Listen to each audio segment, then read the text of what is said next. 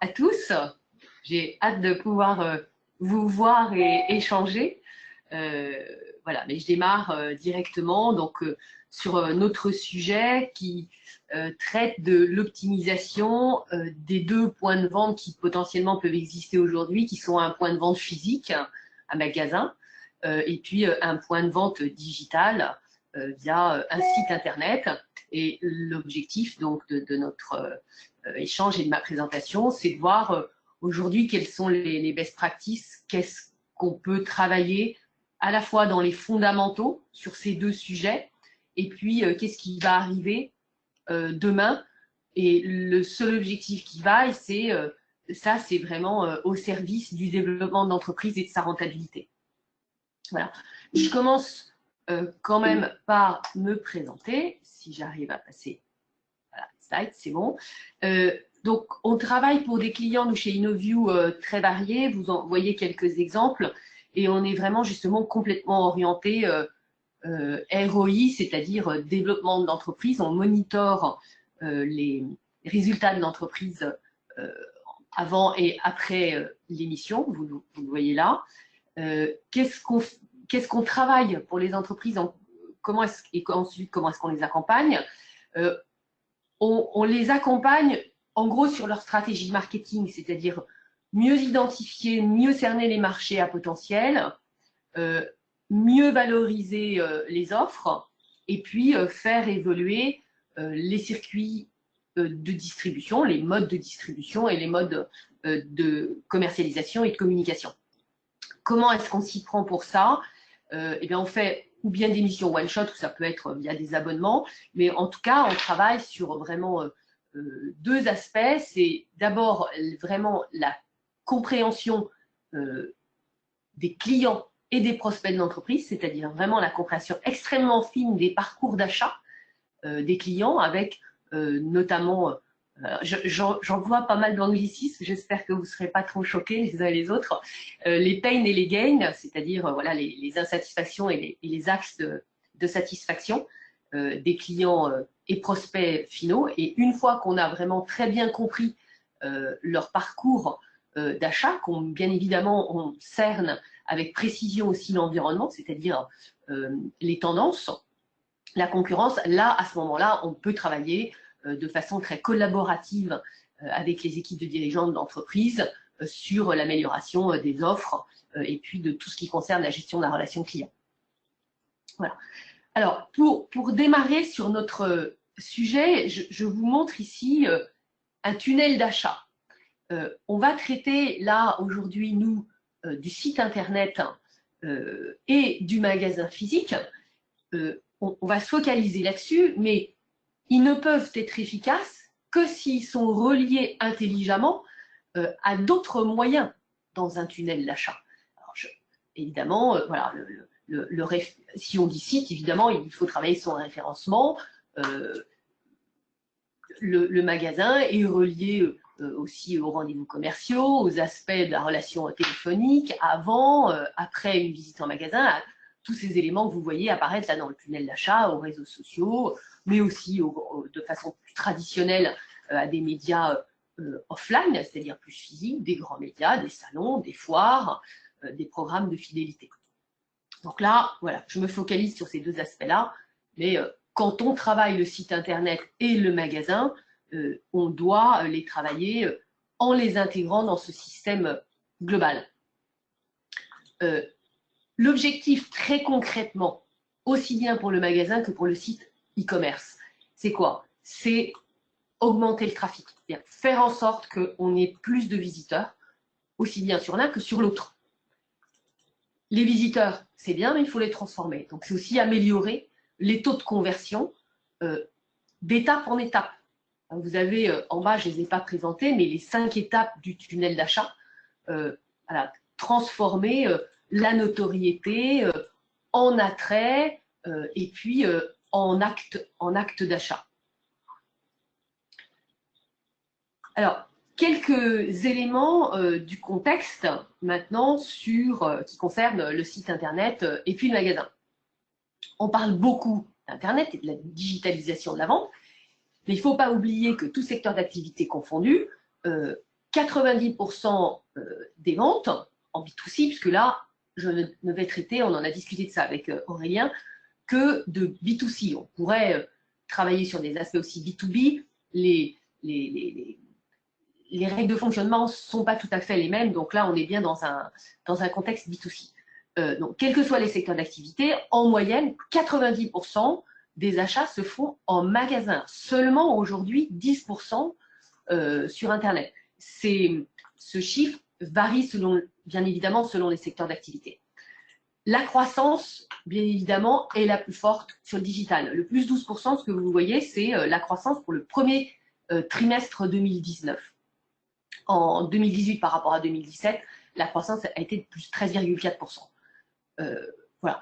Une grosse partie, de plus en plus de ces ventes ont lieu online via l'utilisation du mobile, des smartphones, du téléphone.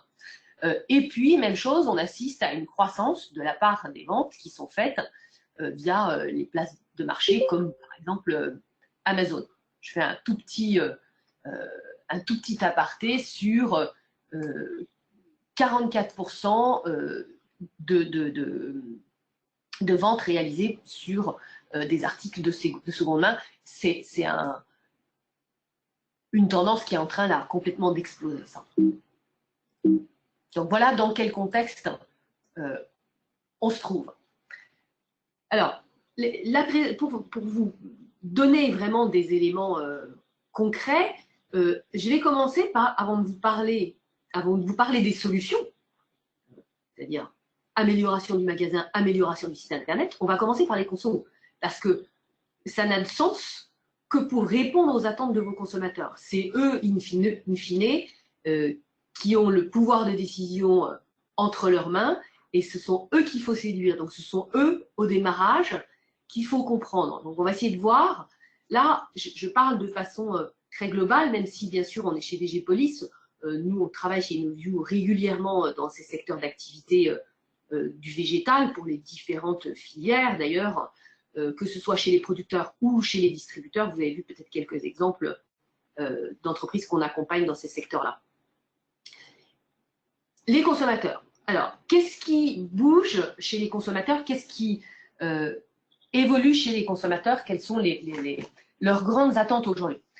Première vraiment très grosse attente, c'est de gagner du temps. Une étude de 2017 faite par Sociovision, qui est un gros cabinet d'études, montre que 44% des 31-70 ans ne supportent pas d'attendre plus de 5 minutes sans rien faire. Et ce taux, il est à 55% pour les millénials. 77% des individus aujourd'hui veulent se faciliter la vie. Donc ça, c'est vraiment tendance de fond. Et les entreprises ont à œuvrer pour limiter les efforts de leurs clients. Deuxième grande tendance, grand souhait, grande attente des consommateurs, les individus veulent être bien accueillis, a fortiori en magasin, mais aussi online, et on verra comment online on peut répondre à cette attente-là. Notamment, nous, on intervient pas mal dans le secteur de la distribution automobile. C'est la première attente des individus quand ils vont en concession. Être bien accueillis, être considérés. Numéro 1. Troisième attente clé, se faire plaisir. Quand j'achète, j'ai envie de me faire plaisir. Comment? En m'inspirant, c'est-à-dire en trouvant des idées, en apprenant. J'ai envie d'apprendre, mais d'apprendre de façon ludique. J'ai envie de partager. Quatrième grande attente des individus, protéger le monde. Ça, même chose, il y a vraiment une croissance extrêmement forte sur cette attente. Je fais toujours référence à une étude de Sociovision qui montre que 69% des individus ont besoin de vivre en accord avec leurs valeurs, contre 65% en 2012. 78% aujourd'hui des Français pensent que les problèmes environnementaux sont la principale menace pour l'avenir. Voilà, donc, et le respect de l'environnement est en croissance, l'attente du respect de l'environnement est en croissance extrêmement forte. Face à ces attentes, ces 4 attentes majeures, comment est-ce que le magasin physique et le site internet online peuvent répondre? Alors, on va les prendre justement catégorie par catégorie, ces attentes. Donc, sur le premier point de gagner du temps, où est le premier enjeu? Le premier enjeu, c'est que les consommateurs passent d'un outil à un autre, du magasin au site internet, du site internet au magasin. Alors, évidemment, tout le monde ne fait pas la même chose. Là, moi, je vous parle des consommateurs en général, mais bien évidemment, selon les types d'achats qu'on fait, certains consommateurs démarrent en magasin, puis vont aller se renseigner sur les sites internet, puis vont terminer en magasin. D'autres vont démarrer impérativement sur internet, puis à un moment donné éventuellement passer en magasin, ou bien terminer complètement leurs achats sur internet. Et d'autres vont alterner sur l'un et l'autre d'une façon à peu près équitable. Mais en tout cas, il faut qu'on puisse donner le choix. Parce que si vous n'êtes qu'en magasin et que vous n'êtes pas présent en site internet, sur internet, vous vous coupez déjà d'une partie de vos cibles potentielles. L'inverse est vrai aussi. Si vous êtes uniquement sur internet et que vous n'avez pas de magasin physique, vous vous coupez d'une partie de vos cibles potentielles. On a un tas d'exemples de marques, aussi bien des grandes marques connues internationalement, que ce soit Amazon aujourd'hui, qui a des points de vente physiques, mais je prendrai des exemples plus proches de nous, comme par exemple Radis et Capucine. Radis et Capucine qui vendaient uniquement online jusqu'à il y a relativement peu de temps, maintenant a des points de vente physiques. Ils ont un point de vente notamment à Angers. Alors, comment est-ce qu'on peut répondre à ce souhait-là? Idéalement, en proposant, alors là je vous donne un exemple américain, mais il se trouve que j'ai assisté à une conférence du dirigeant de cette entreprise, Panera. C'est une chaîne de boulangerie, et je trouve que leur schéma que vous voyez en bas est très bien fait.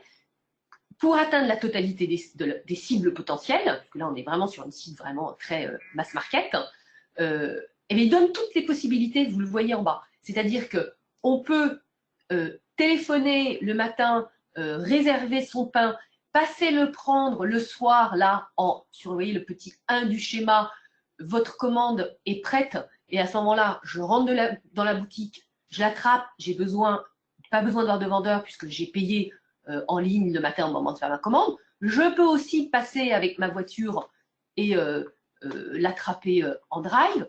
Je peux, si je le souhaite, si je le préfère pour d'autres types de consommateurs, ou simplement pour le même consommateur mais qui n'a pas le même souhait à un autre moment, rentrer dans la boutique, commander via un vendeur ou bien commander via une tablette. Voilà, vous voyez que toutes les possibilités sont offertes. Évidemment, si on peut offrir toutes les possibilités, c'est l'idéal. Ou en tout cas, y aller par étapes. On parlera du processus tout à l'heure, comment on peut prioriser.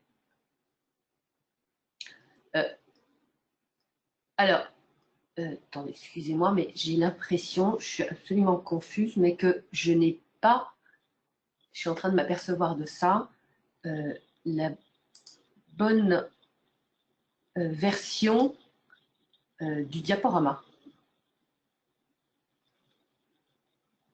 Alors, deuxième grande évolution, la livraison. C'est évidemment un moyen de faciliter la vie des consommateurs, c'est-à-dire de leur donner la possibilité de la livraison, ou bien quand ils viennent en magasin, ou bien quand ils commandent online. Là, vous avez des photos de solutions qui sont avant-gardistes. Les deux que vous voyez sur la droite, elles existent déjà, elles sont très développées déjà en Chine, elles vont arriver sans tarder en Europe, c'est-à-dire la livraison par drone ou bien la livraison par des petits camions autonomes qui se baladent, et vous voyez qu'il y a des boîtes et on aura un code et on peut se faire livrer chez soi au moment où on le souhaite, et à ce moment-là, on prend sa commande à l'intérieur de la boîte. On verra arriver aussi à gauche, vous voyez ces grandes boxes là, vertes, même chose. Là, en revanche, qui seront installées sur des places en centre-ville, ou ça peut être aussi dans des villages où on viendra récupérer sa commande. Ça n'existe pas encore, mais ce sont des choses qui font arriver. Aujourd'hui, la livraison à domicile traditionnelle, elle existe aussi. Faciliter la vie du consommateur, comment ça se fait? Ça se fait aussi via des magasins Figito en centre-ville, c'est-à-dire avec une accessibilité, rendre le magasin physique accessible pour notamment les gens qui se baladent en ville. On peut aujourd'hui mettre à disposition des formats beaucoup plus petits en centre-ville, y compris quand on a une gamme extrêmement large. Et à ce moment-là, l'individu accède à la totalité de la gamme via des écrans. Là, vous avez des tablettes que vous voyez sur la photo en haut à gauche, ou en bas à gauche, via de la réalité augmentée ou un casque de réalité virtuelle. Alors on peut se dire, oh là là, ouais, mais alors ça c'est énorme, c'est pas très accessible. Non, vous pouvez pour quelques milliers d'euros aujourd'hui créer une capsule de réalité virtuelle dans laquelle vous allez montrer votre showroom et montrer la totalité de vos produits, alors que vous êtes dans un tout petit magasin où vous ne pouvez montrer qu'une toute petite partie de votre gamme. Faciliter la vie aussi en parallèle sur le site internet. À gauche, vous voyez toujours, vous avez l'icône du petit magasin, et à droite, vous avez l'icône du site internet. Comment est-ce que ça se fait online? Donc là, sur le site internet, eh bien, on peut faciliter la vie en évitant à la personne d'aller en magasin si elle ne souhaite pas se déplacer en magasin, mais en revanche, en lui donnant la possibilité de faire une visite virtuelle du magasin. Donc là, vous voyez, il se trouve que c'est un site américain. Vous cliquez sur la vidéo et vous pouvez virtuellement vous visiter le magasin et vous déplacer comme vous voulez dans le magasin. Voilà, qui facilite la vie. Qu'est-ce qui facilite le parcours à l'intérieur du magasin? Là, j'ai pris des exemples du magasin Leroy Merlin qui est à Paris, qui est donc sous un format beaucoup plus petit. De mémoire, il fait 5000 m² quand les autres magasins font, je ne sais pas, le double ou le triple habituellement. Et on facilite là le parcours de l'individu, du consommateur, en lui délivrant énormément d'informations via l'affichage. On lui explique que là, il est en magasin, mais quand il veut, il peut switcher sur son application, ou quand il sera rentré chez lui, il pourra avoir accès à toutes ces informations sur le site internet. On lui donne aussi des informations, vous voyez l'agenda sur la photo noire à droite, sur les services qui sont disponibles. Là, en l'occurrence, des cours de bricolage. Donc, on facilite en donnant l'information. Voilà. Et ça, on affiche, on donne beaucoup plus d'informations via l'affichage en magasin.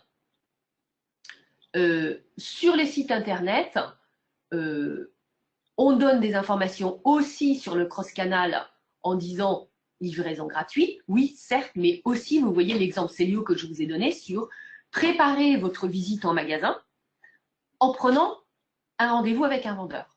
Comme ça, vous arrivez en magasin, vous n'avez pas à attendre.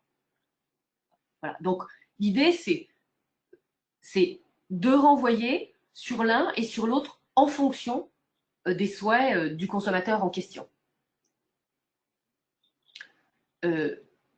Comment est-ce qu'on facilite encore le parcours? Par le merchandising. Le merchandising en magasin physique, c'est quoi? Aujourd'hui, dans la plupart des magasins, vous avez une disposition des produits par catégorie de produits. Et là, l'idée, c'est de plus structurer le merchandising par usage et par catégorie de produits. Je vous donne un exemple. Il se trouve qu'on a travaillé pour un magasin dans l'alimentaire, pour un rayon épicerie. on a complètement réorganisé le merchandising de l'épicerie, qui était organisé par catégorie de produits. On l'a transformé par usage. C'est-à-dire que dans l'épicerie, maintenant, on arrive et on a un pôle tous les produits pour l'apéritif, un pôle tous les produits pour les entrées, un pôle tous les produits pour les plats de résistance, un pôle tous les produits pour les desserts. Résultat de ce changement, alors qu'on n'a absolument pas changé les assortiments, ce sont exactement les mêmes produits, plus 20% de chiffre d'affaires. Voilà. Ce qu'on est en train de raconter sur le magasin physique, ça se décline aussi sur les sites internet. Vous voyez ici, j'ai pris l'exemple de Maison du Monde. Pourquoi est-ce que je vous prends l'exemple de Maison du Monde? Vous verrez d'autres exemples plus dans vos univers tout à l'heure. Parce que Maison du Monde, le site internet Maison du Monde est extrêmement efficace. Les taux de conversion sont exceptionnels. J'en veux pour preuve leurs résultats. Alors que dans le domaine, dans le secteur d'activité du meuble, 11% du chiffre d'affaires est réalisé via online. Chez Maison du Monde, la part de chiffre d'affaires réalisée online est aujourd'hui de 24%. Ils ont un site internet, si vous voulez trouver des best practices sur comment construire un bon site internet, allez-y, regardez-le près. Le site a très peu de défauts. Notamment, vous voyez que là, ils ont une structuration par produit, oui, certes, mais aussi par pièce et par style. Donc, on peut entrer dans la catégorisation en fonction de sa propre logique. Voilà, ça c'est d'une efficacité redoutable. Autre façon, encore une fois, de faciliter toujours et de faire gagner du temps au consommateur. Quand il est en magasin, tout à l'heure j'ai dit donner des informations via l'affichage, beaucoup d'affichage sur les murs, mais aussi de l'affichage via des étiquettes, via des panneaux d'affichage qui ne sont pas éventuellement sur les murs, et de l'affichage dans les rayons. Là, je vous ai donné un exemple d'une étiquette qui présente un producteur. Il s'agit de, ça s'est mis en place dans les magasins La Ferme de chez nous, qui sont des magasins de vente directe entre les producteurs et les consommateurs. Et vous avez dans tous les rayons, pour tous les produits, une présentation du producteur et avec au verso davantage d'informations. Sur le site internet, ça se traduit par quoi? Ça doit se traduire dans les fiches produits par des informations extrêmement détaillées. Là, je vous ai mis une photo d'écran d'un produit que j'ai pris au hasard sur Botanique. On a toutes les caractéristiques, on a une description du produit et on a des conseils sur l'entretien et on peut encore en apprendre plus si on veut, en cliquant sur le « En apprendre plus », là, et on peut aussi consulter des experts. Vous voyez au passage que là aussi, on peut prendre rendez-vous. Je parlais tout à l'heure de faciliter la circulation entre le point de vente digital et le point de vente physique. C'est très bien fait ici chez Botanique. Demain, comment est-ce qu'on va faciliter justement cette circulation entre les deux via la voix, avec les assistants vocaux. Certains d'entre vous peut-être en utilisent déjà. Vous voyez là aux États-Unis ce que font les gens le plus le matin avec leurs assistants vocaux, order item, c'est-à-dire qu'ils passent des commandes entre 9h le matin et 5h l'après-midi. Et ils commandent notamment de la nourriture. Donc voilà un récapitulatif là ici de comment est-ce qu'on peut faciliter le parcours du consommateur, lui faire gagner du temps via le point de vente physique et puis via le site internet. Ce que je ne vous ai pas raconté sur le site internet, c'est que idéalement sur votre page d'accueil, on doit pouvoir avoir toutes les infos clés sur cette page d'accueil quitte à être obligé de descendre un peu dans la page, l'objectif, il est d'avoir au maximum 2 clics pour le consommateur pour atteindre l'information dont il a besoin.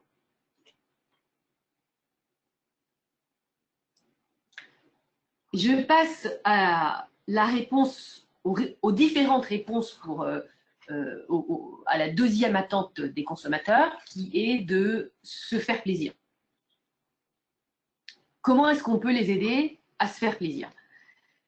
Alors, comment est-ce qu'on peut les aider? Premier point, à s'inspirer. Dans les magasins, relativement simple, mais ce n'est pas toujours fait, travailler un peu les mises en scène. Là, il s'agit d'un magasin, la ferme de chez nous, à nouveau. C'est une mise en scène très simple, vous voyez, ça c'était au mois de novembre, à l'entrée du magasin, qui valorise les produits, qui théâtralise un petit peu. On peut pousser un peu plus loin ces mises en scène, là ça demande un peu plus de moyens, c'est sûr, avec des écrans géants sur les murs.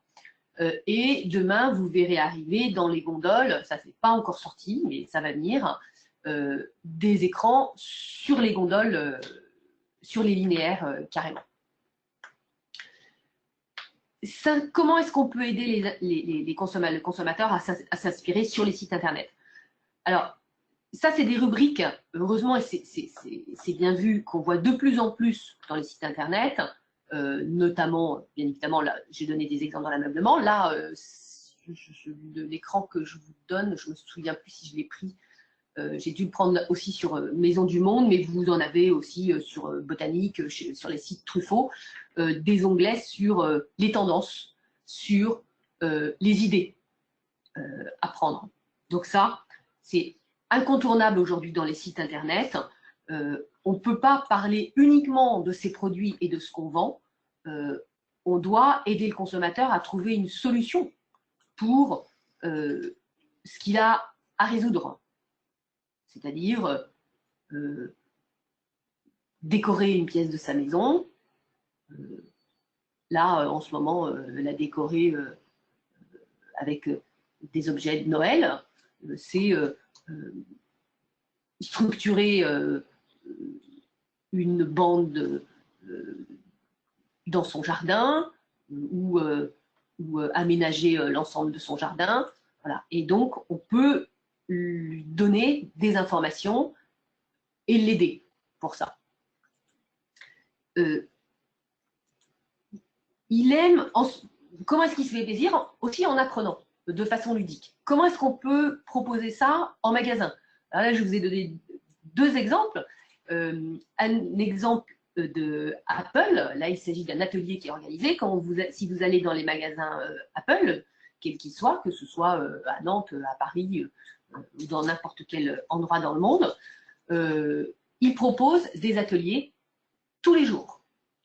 Et c'est des ateliers qui sont centrés sur l'utilisation d'un de leurs produits. Là, en l'occurrence, la photo que vous voyez, c'était un atelier sur comment utiliser une de leurs applications pour créer un peu une œuvre d'art à partir d'une de ces photos. Et là, vous avez une intervention d'un artiste qui explique comment il utilise cette appli.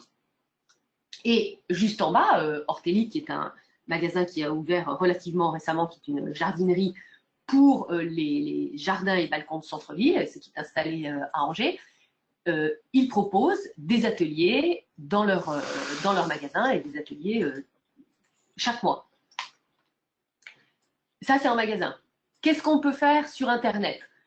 Eh bien, donner des informations. Vous voyez là, par exemple, Station Foch, c'est un, je cherche le terme, je vais dire un centre, un club de sport, voilà, et qui donne des conseils sur, voilà, là par exemple, 3 méthodes pour, je vois pas la fin de l'écran, mais grosso modo pour gérer son stress. Radi et Capucine, que vous voyez en haut, lui, propose des ateliers dans son magasin. Voilà, donc on se fait aussi le relais de ce qui se passe en magasin, où on peut tout simplement délivrer de l'information pour que le consommateur puisse apprendre de l'usage qu'il va faire du produit ou du service qu'on vend. Comment est-ce qu'il se fait plaisir? En jouant. Alors ça, c'est très simple, hein, ce sont des basiques, ce sont des fondamentaux. Mais je pense qu'il est nécessaire de rappeler, parce qu'il faut trouver aussi un rythme là-dedans. Alors je sais que c'est facile à dire, mais pas non plus toujours si simple à mettre en œuvre, parce que les équipes sont parfois restreintes dans les magasins, mais néanmoins, c'est quand même, ça reste une façon très efficace de créer du trafic dans son point de vente et de faire passer du temps aux gens dans le point de vente. Donc là, ce sont des jeux, vous voyez, la photo du haut, très, très simple et très basique. Là, il fallait trouver, je crois, le poids de la citrouille. En bas, sont des jeux, voilà, avec ou sans écran. Et puis à droite, vous voyez un écran du site internet. Je crois, non, c'est pas de botanique, je crois que c'est Truffaut de mémoire.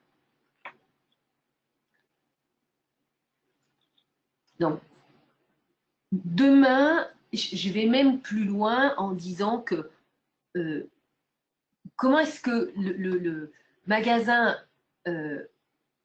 va résister à la vente online? Ben, en étant de plus en plus vivant, de plus en plus humain, et il doit aller jusqu'à devenir un véritable parc d'attractions. Avec notamment tous ces événements dont j'ai parlé là, et il devient aussi un véritable média avec tous ces affichages que j'ai évoqués. Voilà de façon synthétique comment on peut répondre dans le magasin, sur le site internet, à cette attente des consommateurs de se faire plaisir en s'inspirant, en apprenant et en s'amusant. Alors, troisième grande attente des consommateurs, c'est être considéré. Comment est-ce qu'on peut répondre à cette attente? En humanisant. Alors, a priori, on peut se dire que dans les magasins, ça tombe un peu sous le sens. Oui, alors là, tout dépend des formats des magasins, parce que ça, c'est la même chose, c'est assez facile à dire. Il suffit d'avoir des vendeurs. Est-ce que c'est possible dans le modèle économique? Quel temps peuvent-ils passer à disposition des consommateurs, et quel doit être leur rôle? Là, voilà, tout dépend du concept et du format du magasin, mais ça reste quand même un fondamental. La photo que vous voyez en bas à gauche, elle montre que on peut humaniser en proposant aux consommateurs de co-créer l'offre, de co-créer des services. Là, en l'occurrence, il s'agit d'un restaurant, et on propose une fois par mois aux consommateurs de créer une recette, et le mois suivant, la recette du conso qui aura été retenue, eh bien, sera proposée au menu pendant tout le mois. Comment est-ce qu'on peut humaniser online, les sites internet? Alors, ça devient véritablement un incontournable, et c'est quelque chose qu'on voit encore relativement peu. C'est donner la possibilité, quand l'internaute est sur le site internet, de téléphoner et d'avoir quelqu'un en ligne. Alors, ou bien via un chat, mais il faut savoir que la moitié des internautes qui vont sur les sites internet souhaitent avoir quelqu'un au téléphone. L'autre moitié est d'accord pour dire un chat, ça me suffit. Et par conséquent, le numéro de téléphone, il doit apparaître, dans le pire des cas, comme dans le site de Maison du Monde. C'est là où, à mon avis, il y a une amélioration potentielle. C'est dans le pied de page, là, l'écran au milieu à droite, en noir. Vous voyez, conseiller vente avec le 0805, c'est dans le pied de page. Et pour Célio, qu'on accompagne, on a mis le numéro de téléphone dans le bandeau, en haut à droite, en sachant que ce bandeau est fixe. Ça veut dire qu'à n'importe quel moment, le consommateur peut téléphoner. Ça, c'est un service qu'on a mis en place, là, avec tout simplement les salariés de l'entreprise qui n'avaient pas l'habitude de le faire. Il n'y avait pas de plateforme téléphonique. Et aujourd'hui, il y a des salariés qui ont la capacité à répondre à des horaires qui sont déterminés, que j'ai oubliés. Donc, donner ces possibilités de contact et les rendre accessibles, c'est-à-dire qu'elles puissent être vues très vite dans le site internet sans être obligé de cliquer 10 fois pour trouver le numéro de téléphone. Deuxième point, comment est-ce qu'on peut être considéré? Eh bien, en personnalisant les offres.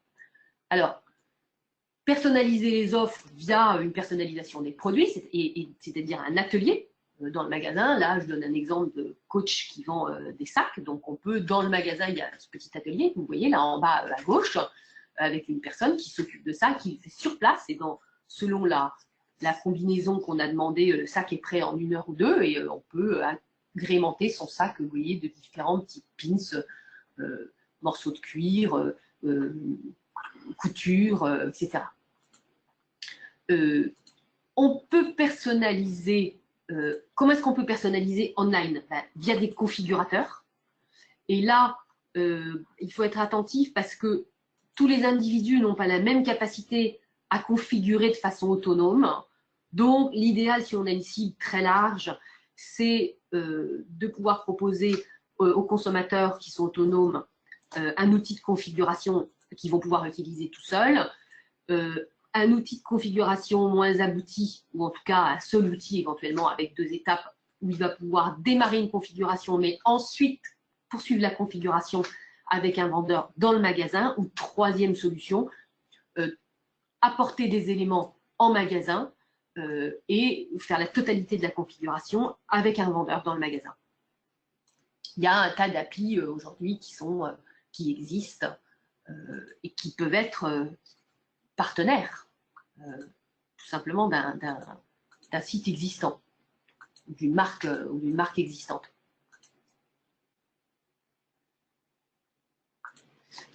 Autre façon de personnaliser, c'est maintenant, idéalement évidemment, d'avoir des clubs de clients avec un système de fidélisation dans lequel on connaît les achats, les préférences, les goûts de son conso. Et à ce moment-là, quand le client arrive en magasin, le vendeur peut trouver le nom du consommateur en question, avoir accès à ses préférences et du coup le conseiller plus rapidement d'une façon plus personnalisée sans être obligé de repasser par la totalité des coûts de client. Ce que vous voyez en bas, on n'y est pas tout à fait, en tout cas pas dans nos pays européens, mais ça existe en Chine. Voilà, ça n'existe pas trop non plus encore aux États-Unis, mais on va y venir. C'est la reconnaissance faciale, aussi bien en magasin que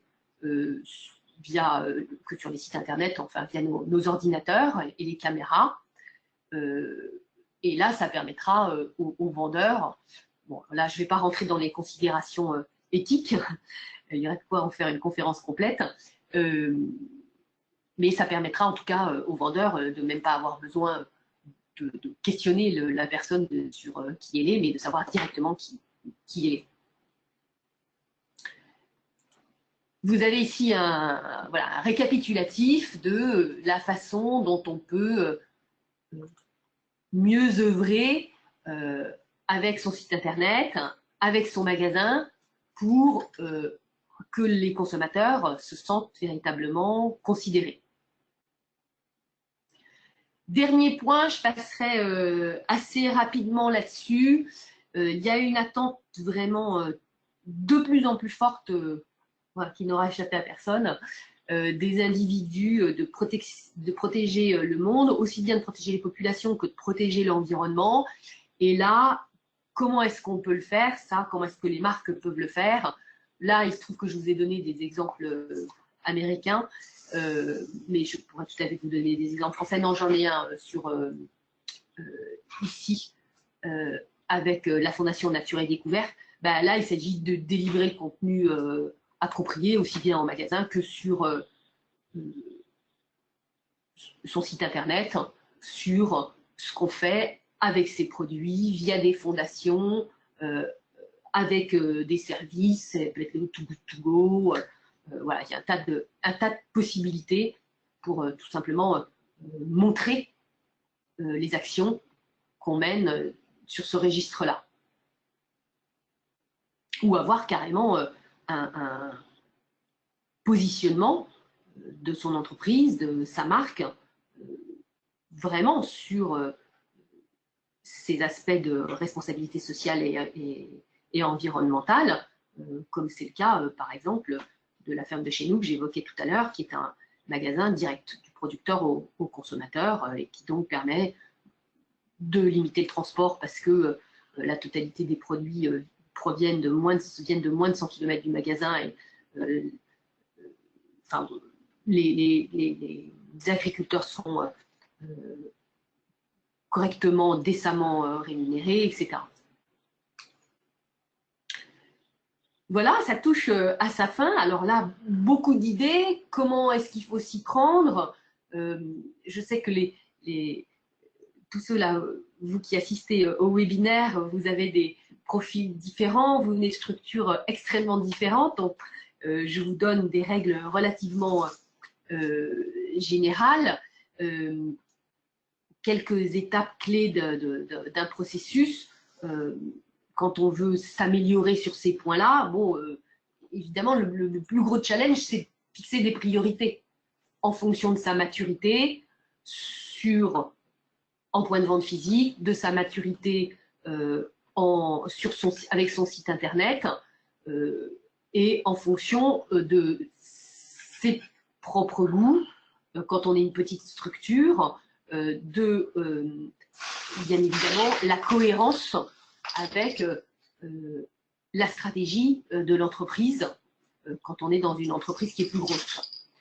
Un point qui me semble être fondamental, et là vraiment qui est tiré de mon expérience, parce que moi on accompagne nous des entreprises pour justement améliorer leur présence sur ces deux circuits physiques et digitaux, qui dit améliorer leur présence et pour améliorer la rentabilité, pour augmenter les temps de conversion, pour augmenter le trafic. Ce qui nous aide évidemment considérablement, c'est d'abord très bien identifier, très bien comprendre les clients et les prospects de l'entreprise. Ensuite, on peut prioriser les évolutions et puis de toute façon, à un moment donné, toutes les compétences pour faire ça en général sont rarement présentes dans l'entreprise et à ce moment-là, le quatrième challenge, c'est de réussir à s'entourer des différentes compétences qui sont plus ou moins sociologiques, technologiques, pour mener à bien ces priorités en fait, hein, ces défis. Voilà, donc je serai à votre disposition, je suis à votre disposition pour échanger tout de suite avec le groupe d'une façon collective. Et puis bien évidemment, après, si vous souhaitez échanger d'une façon plus personnelle, vous avez les coordonnées là, vous pouvez me contacter. De toute façon, ce sera avec plaisir. Voilà, j'imagine que Aurélien va reprendre la main. Exact.